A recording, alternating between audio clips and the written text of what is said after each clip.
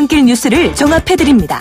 깊이 있는 뉴스 YTN FM 출발 새아침. 신율의 출발 새아침 3부 순서 시작합니다. 오늘도 폭염이 기승을 부린다고 하고 또 오후부터는 장맛비가 시작돼서 주말까지 비가 이어진다고 하는데요.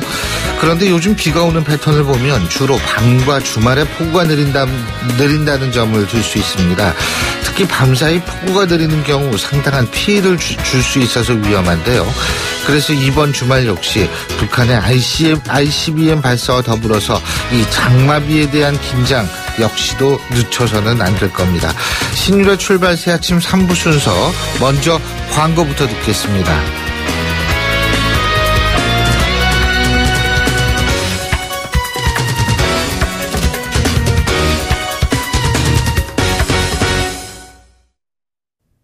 YTN 라디오 신율의 출발 새아침.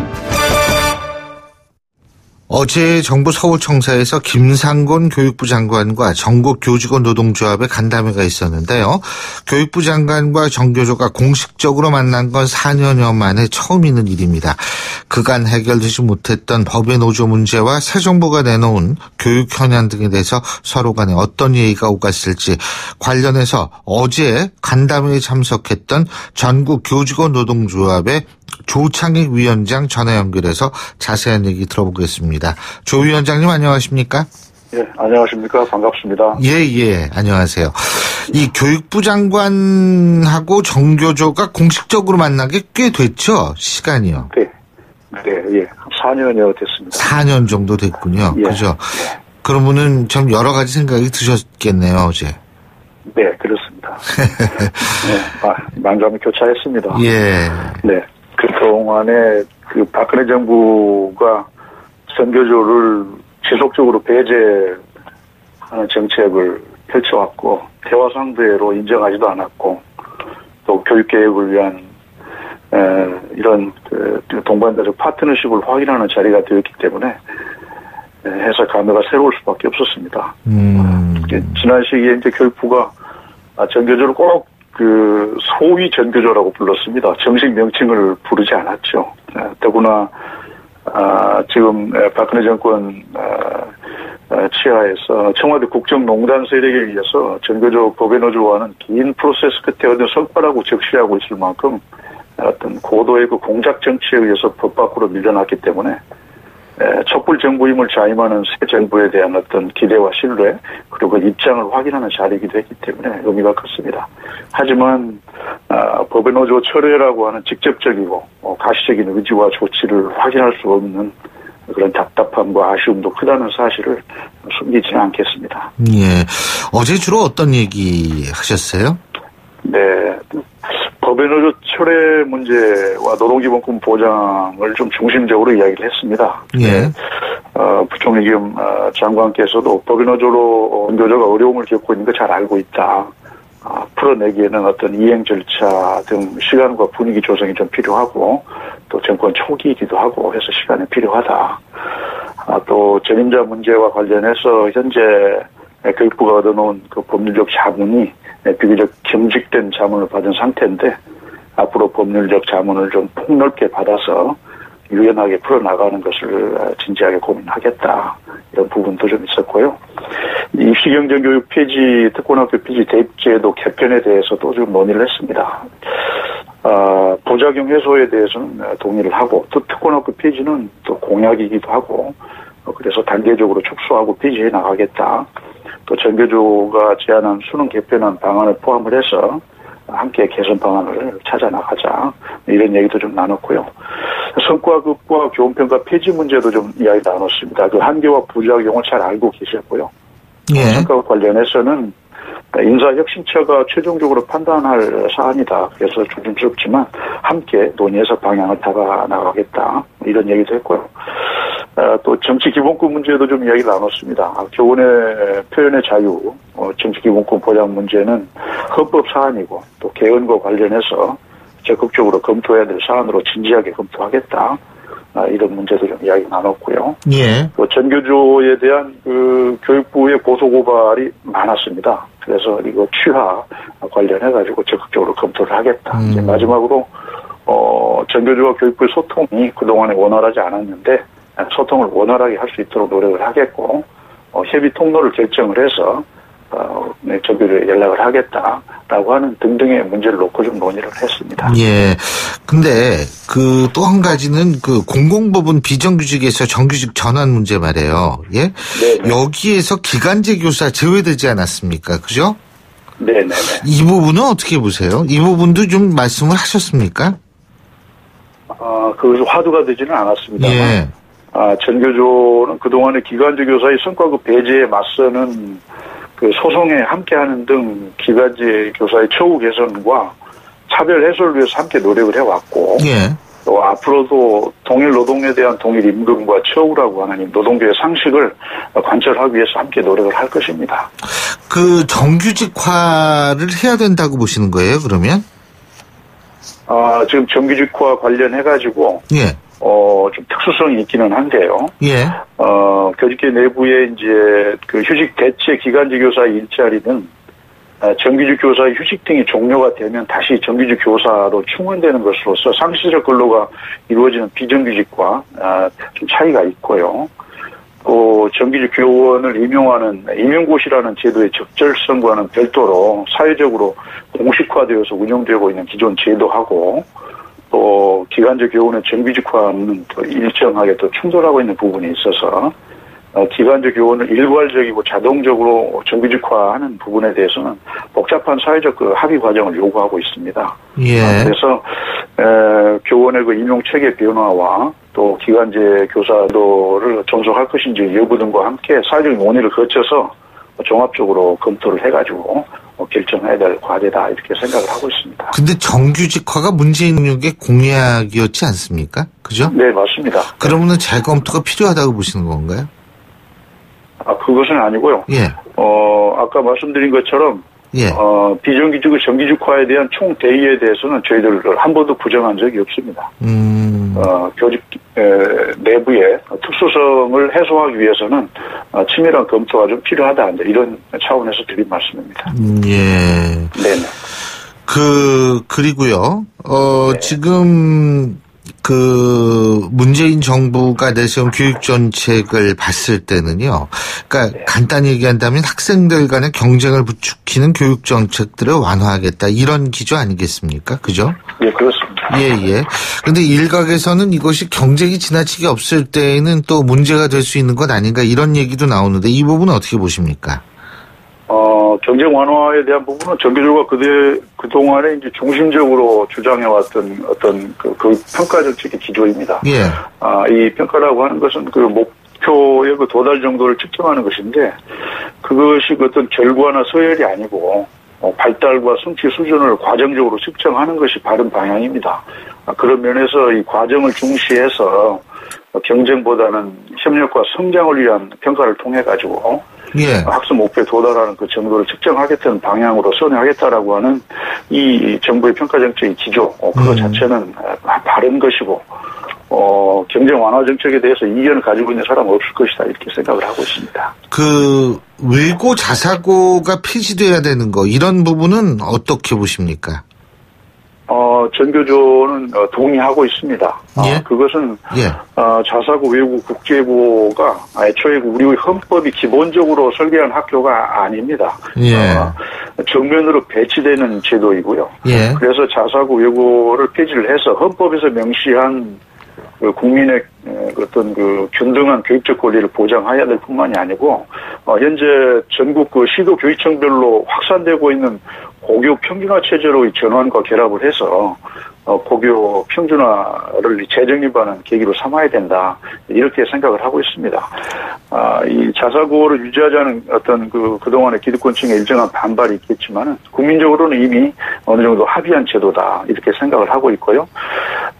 자사고의 일반고의 전환 경로는 이미 연구된 바가 있고. 앞으로 새로 설치될 국가교육회의에서 2017년, 18년 간에 자사고, 외고, 국제고의 교육제도의 개선과 발전 여부에 대한 제도 평가를 실시하고 그리고 그것을 운영하겠다라고 하는 방침을 발표를 하고 그리고 난 다음에 초중등 교육법 시행령 개정을 거쳐서 특권 학교들의 5년 시범 운영이 종료되는 시점에서 일반고로 전환을 하면 아무런 부작용이 없습니다. 이렇게 생각하고 있습니다. 그리고 또 한 가지는 이제 그 수능 시험이요. 이거 절대 평가하겠다는 거 있지 않습니까? 이 부분도 네네. 좀 논란이 있던 것 같은데 이 부분은 어떤 의견이세요? 네.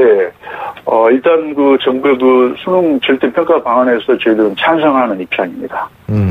네. 예, 찬성을 하는데 그 이유가 무엇이죠? 지금 우리나라의 교육 문제의 핵심에는 네. 과잉 입시 경쟁 문제가 있고요. 그것은 어떤 입시 제도에 의해서 만들어진 것이 아니고, 예. 극단적인 대학 서열 체제와 막강한 학벌의 위력 때문에 발생한 것입니다. 그래서 이 대학 서열 체제가 해소되기 전까지 완벽한 해결책은 존재하지 않는데요. 전교조는 이제 이를 위해서 대학 통합 체제와 공동 선발에 기초한 대입 자격고사 도입을 주장하고 있습니다만, 지금 대학 서열 체제 해소까지는 일정한 시간이 필요합니다. 그때까지 입시들을 그대로 두기에는 해악이 너무 크기 때문에 문제를 해결해야 된다고 생각을 하고 있고요. 우리나라 입시 교육은 한마디로 말하면 수능 준비 교육이라고 보면 됩니다. 전국의 모든 학교에서 수능 문제를 풀기 위한 교수 학습에 매달리고 있지요. 수능에는 모든 문항이 객관식으로 또 이루어져 있습니다. 그러다 보니까 교사는 주입식 강의식 수업을 하게 되고 학생들은 무조건 암기하고 또 반복적인 문제 풀이에 몰두하게 되죠. 그래서 이 낡은 교수 학습이 지속되는 이유는 수능 준비 입시 교육 때문이고 따라서 이를 타파해야 된다. 그래서 우리는 수능을 절대 평가로 바꾸어서 더 이상 학교 교육이 수능 준비에만 매몰되지 않도록 하는 것이 중요하다 이렇게 생각을 해서 절대 평가 방안이 대안이다 이렇게 생각을 하는 것입니다. 예. 근데 이 학생부 종합 전형이 있지 않습니까? 이것도 이제 연결이 되는 얘기인데 이게 지금 금수저 전형이라는 비판 나오고 있는 거 아시죠? 예? 그렇습니다. 네. 예. 그러니까 이것도 사실 문제가 있는 거 아니냐라는 얘기가 나오고 있는데요. 네. 예. 저희들은 학생부 종합 전형을 확대에 찬성하지 않습니다. 예. 학생부 종합 전형이 수능이나 학교 내신처럼 좁은 의미의 공부에 매달리고 점수 따기에 매몰되는 것을 넘어서 어떤 자치 활동이나 봉사 활동, 동아리 활동 등 다양한 학생들의 활동을 자극한 것은 긍정적인 측면입니다. 하지만 그럼에도 불구하고 공정성에서 커다란 문제가 있고 또 학생들 부담도 너무 큰 것이 사실입니다. 저희들은 수능 절대 평가로 해서 수능의 영향력이 대폭 약화가 되면 학교에서 다양한 형태의 수업이 가능해지고 이에 따라서 학교 내신 평가도 기존의 지필 평가 중심에서 다양한 활동 평가 중심으로 바뀔 수 있다고 생각합니다. 당분간은 학생부 종합 전형과 학생부 교과 전형이 병존해야 되겠지만은 학교 내신 평가의 혁신을 기반으로 점차 학생부 종합 전형의 장점을 학생부 교과 전형으로 흡수를 해서 학생부 교과 전형의 비중을 확대해 나가면 이 문제를 해결할 수 있다 이렇게 생각을 하고 있습니다. 알겠습니다. 시간 관계상 오늘 말씀 여기까지 듣겠습니다. 고맙습니다. 네네, 고맙습니다. 예, 지금까지 전국 교직원 노동조합의 조창익 위원장이었고요. 신율의 출발새 아침 3부 순서 여기서 줄입니다. 잠시 뒤 4부에서 뵙겠습니다. 날카로운 분석, 내일을 보는 시선, 실의 출발새 아침. 신율의 출발새 아침 4부 순서. 먼저 8시 29분 54초 지나고 있는데요. 교통 상황부터 알아보겠습니다. 김정은 캐스터. 네, 출발새 아침 교통정보입니다. 올림픽대로 공항 쪽으로 전시간 한강대교 진안 지점 5차로에서 승용차가 옆으로 넘어진 전도 사고가 있었는데요. 지금도 사고 처리 작업이 진행 중이고요. 뒤쪽으로 동호대교부터 밀리고 그 전후로도 잠실권 통과하는데도 정체입니다. 반대편 하남 쪽으로는 행주대교에서 한강대교까지는 정체가 됐다가 이후로 동호대교까지는 서행이고요. 강 건너 강변북로도 구리 쪽으로는 방화대교부터 동작대교까지 주춤하고 일산 쪽으로 가는 길도 올림픽대교에서 청담대교, 한남대교부터 한강대교까지 각각 차간 거리를 좁힙니다. 동부간선도로 전 시간에 비하면 교통량은 조금씩 줄어들고 있는데요. 그래도 여전히 노원교 이전부터 월계 1교까지 정체 감안하셔야겠고요. 이후로도 중랑교부터 성동교까지는 다시금 밀립니다. 출발새 아침 교통정보였습니다. YTN 라디오 신율의 출발 새 아침.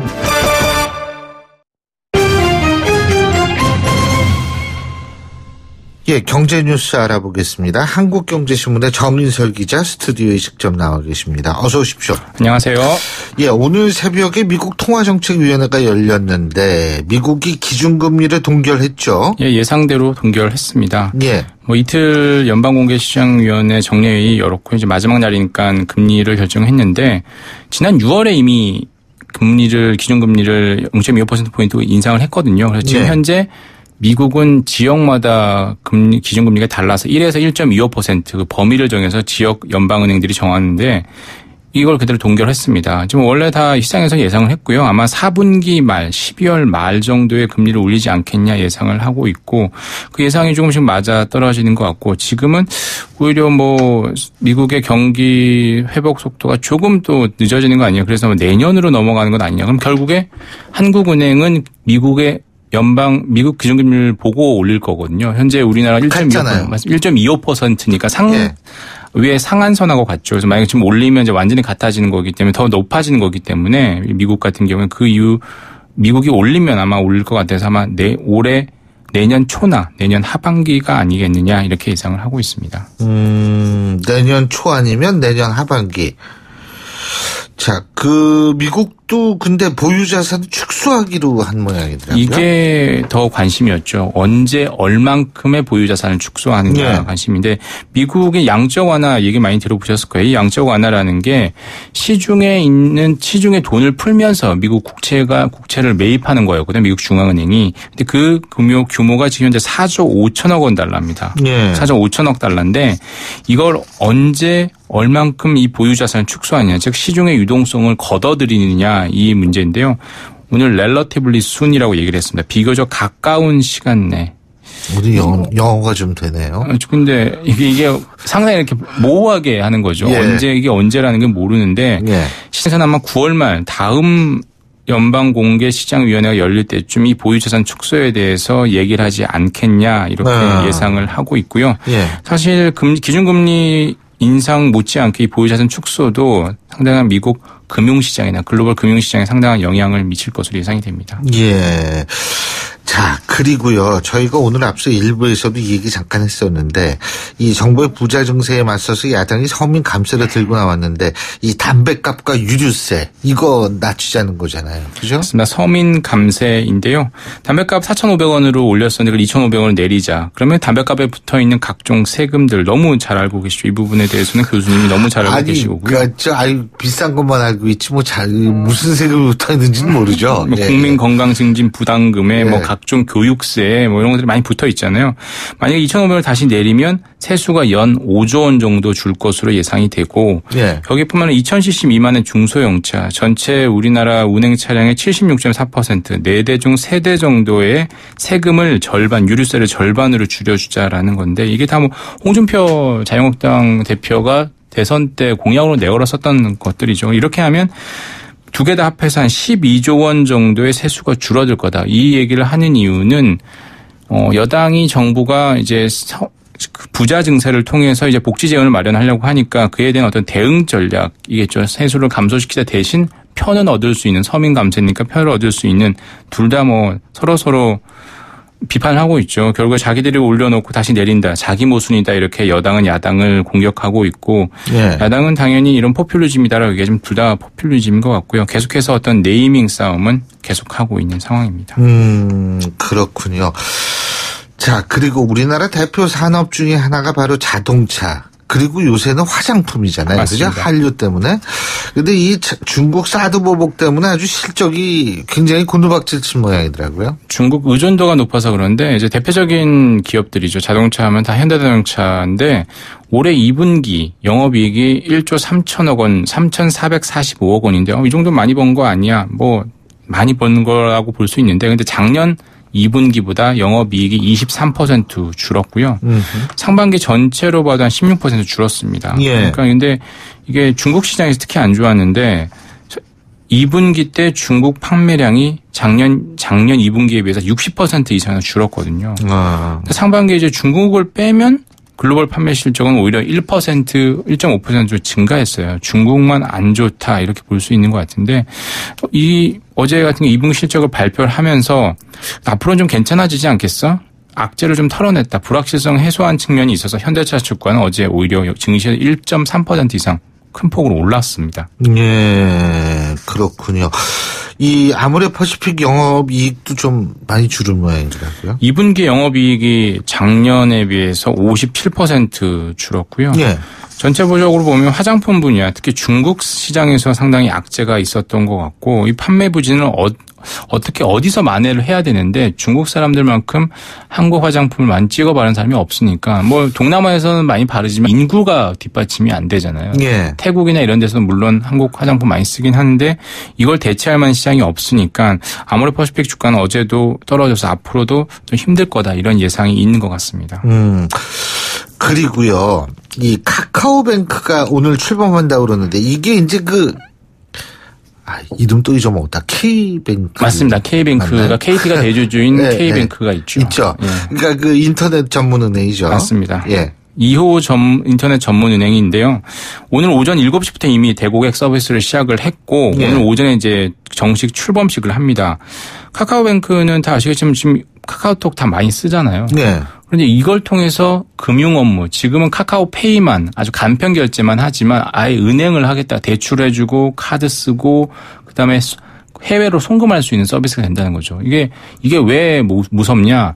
카카오톡 다 이용하실 테니까 만약에 카카오뱅크 가입하시면 카카오톡에 이모티콘 무료로 드려요라고 한다면 사람들 득달같이 달려들겠죠. 그럴 수 있죠. 소액이지만 상당히 사람들 인기가 좋으니까. 그리고 무엇보다도 금리가 좀 높아야죠. 맞습니다. 예금 금리를 높이지는 않는데 대신 되게 간편하게 만들었습니다. 공인인증서 항상 은행 온라인 인터넷 그렇죠. 뱅킹 써야 되잖아요. 네네. 공인인증서 없이 가능하게 했고 그리고 60초 대출이라고 하나요? 이 대출 받는데 상당한 기간이 걸리는데 그걸 되게 짧게 만들었고 30초 송금, 30초 만에 해외 송금할 수 있게 하겠다는 거예요.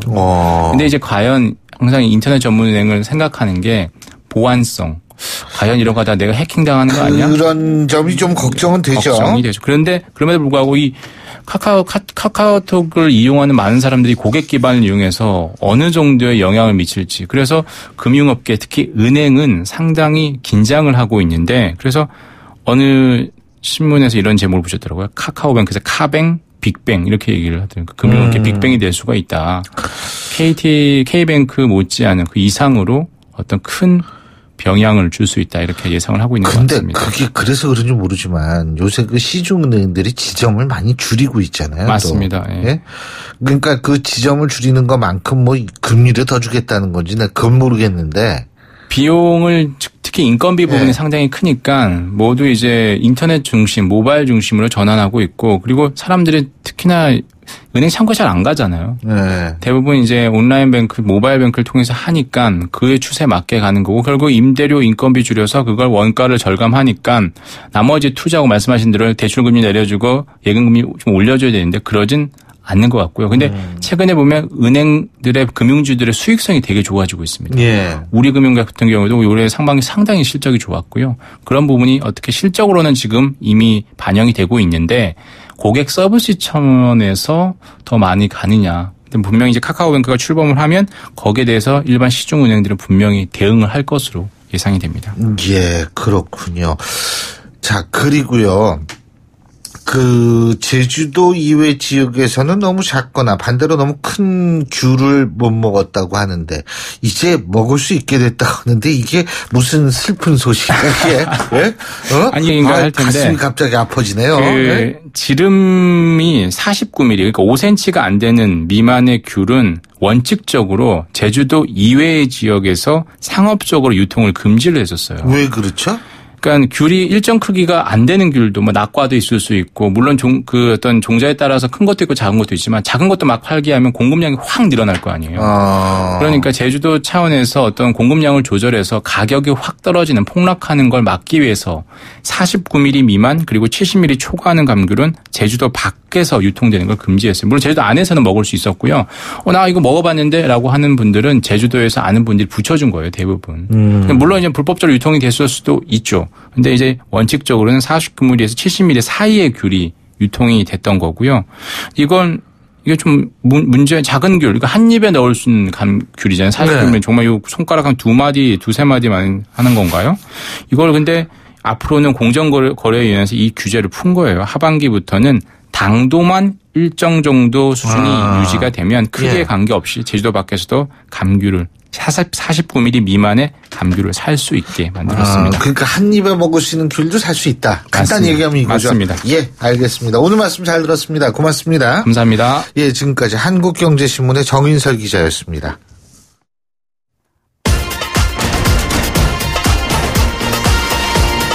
여러분이 지금 듣고 계신 주파수는 FM 94.5MHz입니다. YTN 뉴스 FM.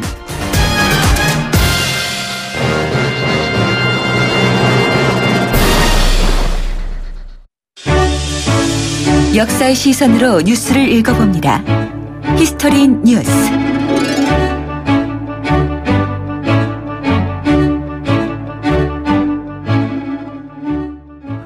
예, 요새 잠들 잘 주무세요? 아유, 어젯밤에 조금 낫기도 한 것 같은데 일부 지역에서는 더위 때문에 또 열대야 때문에 밤잠 못 주무신 분들도 많으실 텐데 이럴 때는 아무것도 안 하고 그냥 에어컨 앞에서 가만히 쉬거나 더위를 피해서 어디 먼 곳이라도 좀 다녀올 수 있는 휴일을 기다리게 되는데요.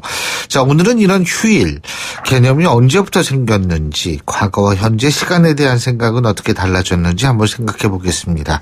자, 역사학자 전우용 박사님 스튜디오에 나와 계십니다. 교수님 어서 오십시오. 네, 안녕하세요. 네. 열대야가 요새 더 심하겠죠. 제가 볼 땐 왜 그냐면 열섬 현상이라고 그러든가 왜 에어컨 실외기에서 나오는 거 자동차에서 나오는 열기 예전보다 더 심할 것 같아요. 열대야. 통계적으로 한 100년새 몇십일 늘었다고 그러더라고요. 당연히 이제 지금 말씀하신 요인들에다가 아스팔트 복사열이라든가 도시에서는 이런 것들 때문에 굉장히 길어진 건 맞는 것 같습니다. 예. 굉장히 길어진 거는 맞는 것 같은데, 그러니까 이게 너무 더우니까 사실은 어떻게 나가는 것도 힘들고 말이에요. 예? 그러니까 사람들이 토요일, 일요일이나 기다리고 있는데, 이 월화수, 금도 있지만, 어쨌든 7일째. 이건 언제부터 시작된 거예요? 우리나라에서는 이제 본격적으로 시행된 게 언제냐라고 단정하기는 어려워요. 그러니까 1895년에 태양력 시행하면서 1895년. 예. 부수적으로 이제 관청에서 예. 시행을 했는데 좀 이른 관서 같은 경우에 그러니까 이제 대외 통상 업무를 담당했던 관서 같은 경우에는 1882년에 통리 기무 아문이라는 걸 설치하면서 그 관서가 외국이 이제 주 7일제를 하니까 그걸 따라서 시행했던 이제 기록이 있고요. 근데 이제 서양에서 이 주 7일제가 언제 시작됐느냐 하는 게 더 문제죠, 사실은요. 이제 기독교의 이른바 7일제 안식일을 취해서 주 7일제가 나왔다라고 하는 것이 이제 통상 알고 계시는 상식범입니다만은 사실은 그보다 좀 더 앞서 있습니다. 그러니까 이건 양력과 관계 있는 게 아니고요. 바빌로니아 태음력과 관계가 있습니다. 달의 주기가 대략 28, 9일 정도 사이죠. 달에 이제 앞으로 바뀌는 수기가. 그거를 4등분해서 각각을 이제 7일씩 한 주기로 만들어 놓고요. 바빌론 사람들은 이제 고대 바빌로니아 사람들은 마지막 날을 악의 날, 악마의 날 그래서 근신하고 조심하고 숨어 있어야 되는 날 그런 일로 정했었답니다. 근데 유대인들이 이제 바빌론 유폐를 겪으면서 그 문화를 받아들여서 유태교 교리에 흡수해버린 거죠. 그렇게 해서 주 7일제가 생겨났고요. 여기에 이제 무슨 썬데이, 먼데이, 달, 별, 그 다음에 웬스데이, 세러데이 같은 이런 이름이 붙은 거, 그러니까 월화, 목, 금, 토. 예. 이렇게 붙어 있는 거 있잖아요. 이거는 이제 그리스 로마 신화에 달과, 태양 이외에 신화의 신들의 이름을 땄던 거죠. 목성은 이제 주피터고, 이제 화성은 마르스고 이런 식으로 이제 이름을 붙였던 거라서 그런 식으로 이제 우리나라에 들어왔던 겁니다. 아, 그렇군요. 근데 그게 이제 이 주 7일과 저는 솔직히 옛날에는 자축인묘 진사오 미신유술이 12 단위였잖아요. 2시간씩, 그죠? 그런데 이게 이 주 7일제의 전제 조건은 24시간이었어야 되는 거 아니에요? 그거는 관계가 전혀 관계가 없나요? 시간제하고 주 요일제는 전혀 관계가 없는 거고요. 그러니까 이제 12시제를 쓰든 24시제를 쓰든 이제 2시간을 통합해서 1시간으로 하나 계산하든 별 관계는 없는 거니까 특별히 관계는 그런 이제 이제 구조는 아닙니다. 날짜를 계산하는 것과 그러니까 날짜 하루의 날짜의 시간이든 또는 이제 한 달의 길이든 1년의 길이든 이게 전부 태양과 달과 지구의 자전 이 주기들에 따라 만들어진 거거든요. 그러니까 시간이라고 하는 게 기본적으로는 인간이 인지하는 천체의 운행 주기다. 태양이 며칠에 한 번씩 도는지에 따라서 날을 계산하고요. 예. 자전주기와 공전주기가 정확히 안 맞으니까 윤달, 윤년, 그렇죠. 또 윤초 이런 것들이 만들어지지 않습니까? 또 공전주기가 전혀 맞지 않으니까 달의 공전주기가 또 정확하게 맞지 않으니까 역시 윤달이 들어가고요. 뭐 그렇게 넣는 거기 때문에 각각의 시간 개념들이 명확하게 일치하지는 않죠. 서로 좀 일치해서 연동하지는 않는 거죠. 예. 근데 이거 예전에 그러면은 태양력 쓰기 전에 일주일이라는 개념 자체가 없었다는 거 아니에요? 개념 자체가 주일이라는 게 없었죠. 그렇죠. 달이 이제 가장 기초적인 주기였었고요. 하루, 그러니까 우리가 하루, 한 달, 한 해 이게 이제 기본적인 생활의 주기였고요. 1년 12달, 한 달 30일. 그것이 기본이었고 한 주 7일 이런 건 없었습니다. 그러면은 언제 쉬었어요? 그러니까 이제 쉬는 날이라고 하는 것이 농경사회니까 전체 인구의 95% 이상이 농민인데요. 농민들의 노동주기는 그야말로 자연주기하고 일치를 했습니다. 씨 뿌릴 수 있을 때부터 그 직전부터 이제 밭갈이에서 일을 시작하고요. 추수하고 나면 일을 쉬는 거죠. 그러니까 추수 이후에 지금 이제 좀 빨라졌습니다만은 대략 추수가 양력으로 한 10월경도 되고요. 파종기가 이제 양력으로 4월경이 되면은 11, 12, 1, 2, 3, 이 5개월은 내내 휴가였던 거죠.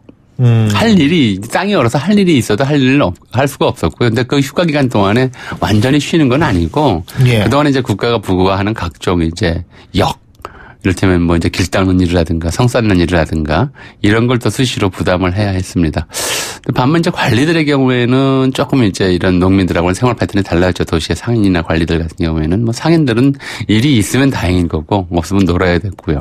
관리들의 경우에는 명확한 기록은 없습니다. 명확한 규정은 이제 경국대제나 이런 쪽에도 나오지는 않는데 당나라 시대의 규정은 이제 주 5일마다 하루씩의 휴무기를 주는 걸로 이제 제도가 정해져 있었다고 그래요. 그거를 원용했던 식으로 좀 써놨습니다. 기록이 돼 있습니다. 그러니까 닷새마다 하루씩은 쉬면서 목욕하는 날로 정해서 관리들의 경우에는 쉴 수 있게 해줬던 것이죠. 닷새마다 하루씩 쉬었어요. 요즘보다 나은 거죠. 그러니까 이 7일마다 한 번씩 쉬는 게 아니라 5일마다 한 번씩 쉬었다. 뭐 지금은 사실 주 2일이 휴일이니까 지금은 더 훨씬 낮았습니다만 단지 노동시간이라고 하는 것 자체가 출근 시간이 한 새벽 7시 정도에서 아침 7시 정도에서 퇴근 시간이 이제 오후 3시 정도. 요게 이제 기본이었어요. 7시에서 3시. 그러니까 동트면 나가고 이제 해 지기 훨씬 전에 점심 먹을 때쯤. 그거 완전 유럽식이네. 유럽이 일찍 퇴근하거든요. 2-3시에. 그게 사실 기본이었어요. 그러니까 이제 20세기에 들어와서 노동 시간이 계속 늘어났던 것이지. 19세기까지도 이제 그 대한제국 시기까지도 관료들의 이제 일상적인 퇴근 시간은 오후 3시 이전에 퇴근하는 거였고 또 게다가 근태 관리도 좀 철저하지 않아서 제가 이제 자료들을 쭉 보면 어떤 사람은 매일 출근해요. 한 1년 동안 하루도 쉬지 않고 출근해서 사인하는 사람이 있는가 하면 뭐 1년에 한 20일, 30일밖에 출근 안 하는 사람도 있고 대관 같은 경우도 무슨 뭐. 20일, 30일, 20일 출근하는 사람은 소호, 주로 집에서 이제 재택근무하는 사람. 그렇게 안 해도 된다라고 생각하는 게 있었고요. 일이 중요하지 출근 여부가 중요하지 않다. 말단 관리들은 출근을 해야지만 특히. 이론적으로 얘기하면 맞는 얘기죠. 대관들 같은 경우는 거의 출근하는 경우가 없었습니다. 대관이요? 장관급 되는 판서, 참판 이런 사람들은 우선 회의가 있으면 이제 모습을 나타내지만 일상적으로는 잘 출근을 안 하고 긴급한 용무가 있으면 밑에 관리들이 집으로 달려가서 보고하고 하는 일들이 우리 이제 일반적일 정도였습니다. 그러면은 근데 그럴 수밖에 없었던 이유가 또 하나는 뭐냐면 대궐 안에 사무실이 없었기 때문에 그런 거 아니겠어요? 대궐 밖에 사무실이 있는데 출근을 안 하는 거죠. 2조, 호조 같은 사무실이 있음에도 불구하고 집에서 멀고 대궐하고도 멀고 굳이 갈 필요가 없기 때문에. 그런 거 보면 우리나라가 아주 요새 사회에서 이 인터넷, 그러니까 우리 지금은 유비쿼터스라고 얘기해서 어디서든 사무로 볼 수가 있는 그런 거에 선구다 이렇게 볼 수가 있겠네요. 근데 그렇게 하다 보면은 실제적으로 어떤 시간이 가지는 의미도 지금하고는 많이 다르지 않았습니까? 그야말로 이제 그건 이제 큰 거시적이고 미시적인 양쪽을 다 포괄하는 변화의 내용이죠. 아니, 근데 거시적 미시적이라고 말씀하셨는데 옛날에는 2시간이 단위 하나였잖아요. 꼭 그렇지는 않았습니다. 그러니까 시간이 자축인묘 진사오미 시간이 있었고요. 대략 이제 그 밑으로 이제 각이라고 하는 개념이 있었어요. 각이 또 있어요. 그 각은 일각이 여삼추라고 할 때 쓰는 말이죠. 그 각은 뭐예요? 15분을 한 각 정도로 썼습니다. 15분. 예. 그러니까 근데 스케일이 지금보다 크죠. 지금은 초 단위로 지금. 그러니까 이제 아무래도 53분 10초까지 하라는 거 아닙니까 지금? 기계식 시계가 나온 다음에 이제 관념인 거죠. 그래서 1880년대 뭐 유경공원이라든가 배지학당이라든가 서양식 학교가 이제 시계 단위로 이제 수업표를 짰거든요. 수업 시간표를 짰어요. 그러니까 그전엔 그런 게 없었어요. 근데 그 자세히 봤더니 최소 시간 단위가 뭐냐? 15분 단위였어요. 각이라는 개념이. 근데 지금도 요즘 들어서 극장 제가 상영 시간표를 쭉 보면은 15분 단위예요. 그러니까 이제 그런가요? 5분 단위로 이렇게 하질 않고요. 그러니까 5분, 15분 이렇게 단위로 나가는데 보통 그렇습니다. 그러니까 그동안 이제 백화점이라든가 뭐 학교라든가 기차표라든가 이런 거에 이제 시간표를 쭉 한번 관찰을 해봤었어요. 근데 어느 단위가 최소 단위냐. 근데 봤더니 이제 5분, 15분, 10분 이런 단위로 나가거든요. 밑에 단위로 이제 세분화되지는 않지. 아무리 우리가 일각 초 단위로 산다고 하더라도. 근데 이제 그런 개념들이 시계가 처음 들어왔을 때부터도 형성이 됐어요. 그러니까 예를 들어 배지학당 첫 수업이 8시 15분에 시작한다. 이게 왜 하필이면 8시도 아니고 9시도 아니고 8시 반도 아니고. 우리 학교가 그 수업 단위가 1시간 15분씩이거든요. 예. 이런 개념을 형성한 게 처음 의외였었는데요. 근데 아마 그게 15분을 1각으로 사용했던 그런 개념과 연관된 것은 아닌가 하는 추정을 해본 적도 있습니다. 15분의 1각으로. 그리고 사실은 이 시간에 대해서 이렇게 관심을 갖게 된 게 결국 임노동하고도 관계가 되지 않을까 이런 생각이 들거든요. 월급을 준 사람과 받은 사람이 기준이 있어야 되니까. 근데 이제 임노동이 이제 이른바 시간의 대중화, 시간의 일반화보다는 먼저 형성이 됐기 때문에 뭐 말씀대로 분명히 관련이 있습니다만은 또 다른 형태의 좀 시간에 대한 관심들이 좀 있습니다. 그러니까 이건 임노동을 이제 토대로 하는 사회, 그러니까 자본주의 사회가 굉장히 집중적으로 이제 가르치는 것이 시간 개념이거든요. 그러니까 우리가 해방 이후에 최초로 만들어진 동요가 뭐냐면 학교 종이 땡땡땡이에요. 시간이 중요하죠. 선생님이 우리를 기다렸다. 시간의 중요성을 가르치는 것이 자본주의 사회의 토대를 닦는 작업이기 때문에 임노동과 관련이 될 뿐만 아니라 사회적으로도 가장 먼저 가르치는 것이 시간이 다 됐습니다. 예. 오늘 말씀 여기까지 듣겠습니다. 고맙습니다. 네. 예, 지금까지 역사학자 전우영 교수님과 함께했고요. 자, 목요일에 보내드린 신율의 출발 아침 오늘 순서는 여기서 모두 줄이겠습니다. 전 내일 아침 7시 15분에 다시 오죠. 고맙습니다.